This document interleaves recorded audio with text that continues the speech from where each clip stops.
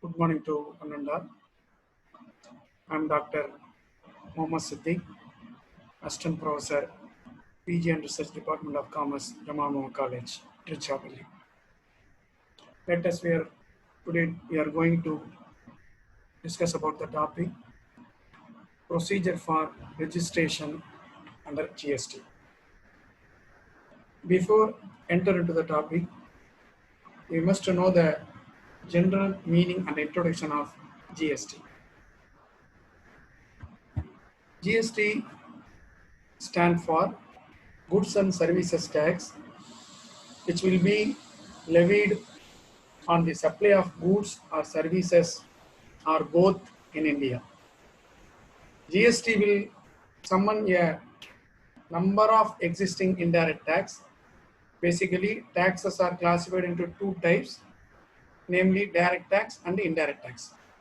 So it GST include a number of existing indirect tax being levied by the central and the state government, including central excise duty, that means indirect taxes, service tax, VAT, purchase tax, central sales tax, entry tax, local body taxes, octroi, luxury taxes, etc. GST is a destination-based consumption tax.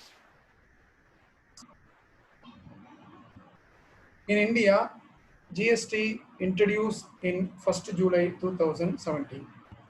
It is a value-added tax levied at all points in the supply chain, with the credit allowed for any tax paid on input acquired for use in making the supply. It would apply to both goods and services in a comprehensive manner, with the exception restricted to a minimum. GST levied on most goods and services sold for domestic consumption. GST paid by the consumer, that means end user, but it is remitted to the government by the business selling the goods and services. GST provide revenue for the government. GST aim to provide a simplified single tax regime and brought into more efficiency in the business. Now we are going to enter the topic registration in GST. Regarding the registration, in any tax law, registration under relevant law is starting point for any assessee. This is a fundamental requirement. Registration is prerequisite procedure and it is identification of assessee for collecting and monitoring purpose. An unregistered person cannot collect tax. So based on that, in any tax system, registration is the most fundamental requirements for identification of taxpayers, ensuring the tax compliance in the economy. Registration of any business entity under the GST law implies obtaining a unique number from concerned tax authority, that means from the GST, that means from central government, for the purpose of collecting tax on behalf of the government and to avail input tax credit for the taxes on its inward supply. Inward supply, outward supply is nothing, just like a purchase and sales. Without registration, a person can neither collect the tax from his customer nor claim any input tax credit for tax paid him. So based on that, in registration is a fundamental and for most important requirements for getting credit and payment of tax to the government. Need and advantages of registration.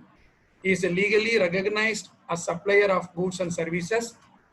Those who register is legally authorized to collect the tax from his customer, that means end user, and pass on the credit of the tax paid on the goods or services supplied to the purchaser or recipients. He can claim input tax credit of tax paid on his purchase or procurement and can utilize the same for payment of tax due on supply of goods and services. So based on that, registration is compulsory, then only he can get the input tax credit and he only the intermediate to collect the tax from the customer and pay the government. Liability to register. GST being a tax on event of supply, every supplier need to get registered. For example, a supplier, those who provide services only or small business having all India aggregate turnover below 20 lakhs is not liable to register, or otherwise he must be registered. However, small business having all India aggregate turnover below 40 lakh, in case of exclusive supply of goods, rupees 20 lakh in business in the state of Arunachal Pradesh, Manipur, Meghalaya, Mizoram, Nagaland, Pondicherry, Sikkim, Telangana, Tripura, and Uttarakhand, and rupees 20 lakh in case of supply of service or in case of mixed supply. Rupees 10 lakh in business is in the state of Manipur, Mizoram, Nagaland, and Tripura.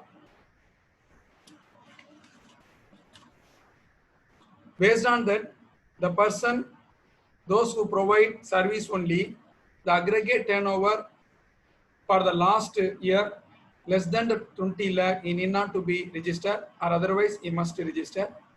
The person, those who provide only manufacturing or trading activity, the aggregate turnover below rupees 40 lakh, he need not to be registered, or otherwise he must be registered. The person, those who provide supply as well as service, the aggregate turnover is below 20 lakhs, he need not to be registered, otherwise he should be registered. The small business having turnover below the threshold limit, however, voluntarily opt to register. For example, based on the registration, there are two types of registration: compulsory registration and voluntary registration. Those aggregate turnover not below, that means below the threshold limit, he cannot be registered, or otherwise he should be registered. The person, those who opt to register, he can maybe register the firm under the GST law. That means that is called voluntary registration. Nature of registration. The registration in GST is based on the PAN and the state specific. Supplier has to register in each of the such state or union territory from where he effects supply.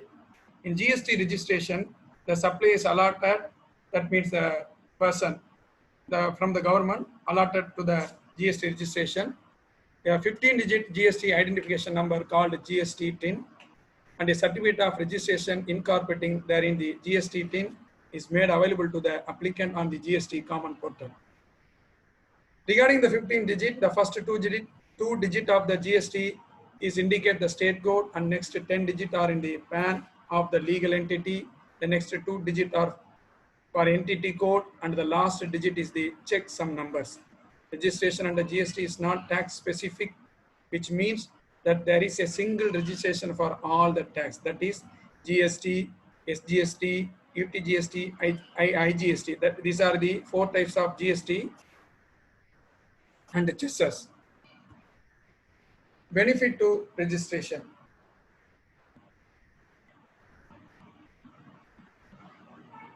It brings benefit to all the shareholders, industry, government, and the citizen. It is expected to lower and the cost of goods and service, boost the economy, and make our product and service globally competitive. GST aims to make India a common nation market with uniform tax rate and procedure, and remove the economic barriers, thereby paving the way of an integrated economy at the national level. By submitting most of the central and state indirect tax into a single tax, and by allowing a set off of prior stage tax for the transaction across the entire value chain, GST would mitigate the any effect of cascading and thereby improve our competitiveness. So we can get benefit more from registration, GST registration. In the next video, we will see the return of GST. Thank you, Ananda.